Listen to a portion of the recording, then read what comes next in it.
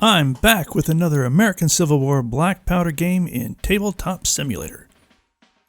Let's take a look at the opposing forces. Here on the Confederate side, we have 3 brigades. We have 1 infantry brigade with 3 regiments, 1 infantry brigade with 2 regiments, and a cavalry brigade with 2 regiments.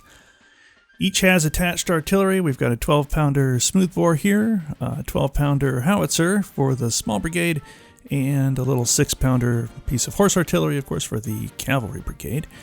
The guys in the red pants here, the smaller of the 2 infantry brigades, they have the special rule Brave from the Glory Hallelujah book, and this allows them to rally on a 4+ when they are shaken. Let's take a look at the Union. Similar to the Confederates, the Union has 3 brigades, 2 infantry brigades, 1 cavalry brigade. One of the infantry brigades has 3 regiments of infantry, all pretty standard, 2 12-pounder smoothbores. This is from the 1863. Actually, both forces are made from the 1863 lists in the Glory Hallelujah book. Our smaller infantry brigade on the Union side we called the Tired Infantry.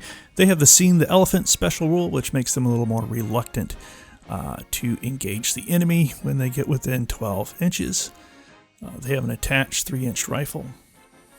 The Union Cavalry Brigade does not have an attached artillery piece. They have just the 2 artillery regiments with the breech-loading carbines.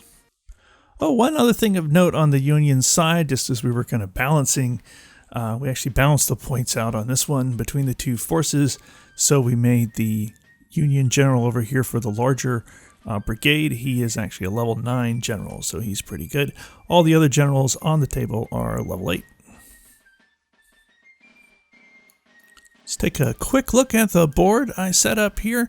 One difference between this board and our previous board or boards, I tried to minimize the slowing terrain. So there are fewer fences on this board, maybe fewer woods, and that was intentional to kind of create a board where the 2 forces will engage each other a little quicker. And this is all with the goal of completing the game in a single evening. Last game we played out over 3 sessions. Really took quite a while. We were just kind of looking to kind of streamline things. So although there are quite a few things on the table, we did simplify the terrain a bit. Any of these trees you see sitting out here, these are just for aesthetic reasons. They have no effect on the game, but the trees on a sort of base like this, obviously those are light woods. We have a couple stone buildings also. I changed the save on the stone buildings. So by the book, I think stone buildings are a -2 or a +2 bonus to your save, right? And we found that makes them almost too powerful. It definitely can slow down the game. It's very hard to dislodge somebody who's got a +2 bonus to their save, and they're saving, I think, on a 2+ versus muskets, right? Again, it's kind of in the spirit of keeping this one moving fast and having a little more carnage. As an experiment, we used the hidden deployment zone feature here in Tabletop Simulator. I thought it would make things faster so that both sides could deploy at the same time. The idea being that we would deploy in those zones and then roll off to see which side was the first player or had the first turn. Each side could deploy 2 of its brigades initially on the table, with the 3rd brigade coming in on turn 3. Deployment continued, and the initial deployment looks something like what you see on the screen here. Mostly due to the arrival times of the players, John and I, who are now the most experienced black powder players, at this point, I guess we had 2 games under our belt instead of just 1. We were both playing the Union side, and our friends were playing the Confederates. Those hidden deployment zones now mess things up a bit, though, because I couldn't give the newer players on the Confederate side any advice while they deployed. They had forgotten how generals worked from our first game of black powder, but since it is, of course, a game for gentlemen, we allowed them to rearrange their generals and artillery. So in the first couple turns, our forces moved up to engage each other. I don't think we got super amazing command rolls over on the Union side, so we didn't advance with quite the speed I think that the Confederates did. And I believe this is about where we are before the reinforcements are going to arrive on turn 3. We've occupied the hill there on the right. Actually, I guess those Confederates in the woods were a little slow getting to us in the middle. They're coming right up pretty aggressively at us. And we are kind of slowly moving up there. I see we've got some guys up taking that fence. That ends up being, I don't know, maybe a bit of a mistake. One of those Confederate units, I think it's some inflate on us somehow or something later. But yeah, the guys in the fence I think end up retiring, just backing up a bit a little later in the game.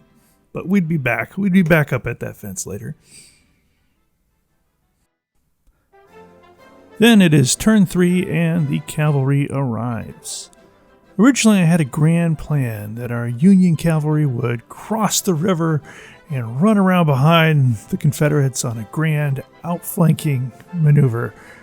But our Confederate friends there were getting the best of us on that left side there, and it was obvious we needed the cavalry reinforcements immediately over there. And actually that side, of course, is where the Confederates sent their cavalry as well. So our cavalry just advanced, dismounted, and engaged. Then the Union starts to lose badly on the left. Our cavalry is the first brigade to actually break, and it is destroyed. The smaller Confederate brigade had been shot up pretty badly at one point, and they were forced to retire, which left them a bit depleted in the middle, but we had the first brigade that was fully broken. Incidentally, I did not use the whipped special rule that kind of replaces the usual break rules. Whipped is a rule in the Glory Hallelujah book. We used this in our last game, and I felt like it really slowed things down. When the units break with that rule, they don't get removed from the table. They kind of hang around and take these pot shots that usually need a 6 to do anything. And honestly, it was a lot of hassle, I felt, for not a lot of benefit. Again, we're trying to speed this one up, so we did not use that rule in this particular game. Anyway, back to the action here. We had to hastily reorganize our lines to deal with that Confederate success there on the left. In the middle, though, the tide started to turn in our favor a bit. We were kind of winning that war of attrition in the middle. And it dawned on us that the key to everything was actually the cotton mill. If we rewind a bit here to our turn just before we lost our cavalry brigade, there was a Confederate regiment occupying the cotton mill. But we managed to get, I think, a total of 3 cannons. You can see 2 of them in the video here, and at least 1 infantry regiment to get shots on that regiment in the cotton mill. And we blasted it right out of there. We then occupied the cotton mill on our next turn and proceeded to go to work on the regiment here outside of the trees, which was quite vulnerable. Union firepower prevailed. With the breaking of that 2nd regiment, the larger Confederate infantry brigade was now broken. So at this point we called the game for the Union. This brigade here, this brigade, right, is the one that broke, and this unit, this regiment, is the regiment that broke in and thus broke the brigade. You can see he was facing a pretty terrible break test there with his 7 casualties and his disorder marker. We pretty much had, well, a number of units here. We had some shots here from the building. We had this point-blank cannon. We had these guys over here. I think we might have even... Were we able to shoot this cannon at it? I'm not sure if that was in the the arc of fire, but we definitely poured it on. These guys maybe got pretty lucky with the dice rolls, but did a good job there. This one, I don't know, was about the application of firepower, I think, as far as the lessons learned, right? We applied pressure in the right spots at the right time, I think, to break the big Confederate unit here. And we also knew when to back off. Maybe that was the most important thing. So at one point, you know, we had our Union cavalry, we had some guys up in here, and we had kind of some skirmish, you know, the dismounted cavalry up here in a skirmish line facing off against the Confederates. And when we lost these in rapid succession, right, and that brigade was destroyed, our first instinct, I think these guys were up a little bit at the time, but our first instinct, we had an uncommitted regiment back here. Our first instinct was to move him up, right, and kind of take the place of those guys we just left. But as I said earlier, I think that would have been a mistake, because that would have just jeopardized, honestly, would have jeopardized this whole brigade here, these 3 units, as I think these guys would have been just chewed up again, right, because, again, cannons, 2 units of skirmishers shooting pretty well at them. And instead, what we did, we just backed up into the trees here, getting a little cover, you know, not closing in to close range. Again, some cover back here. We just didn't commit. We kind of refused that flank and focused everything on breaking the guys first in here and then over here. Then our next target, of course, were these poor guys here who were sticking out of the woods like that. So thanks for watching my second Black Powder Tabletop Simulator battle report.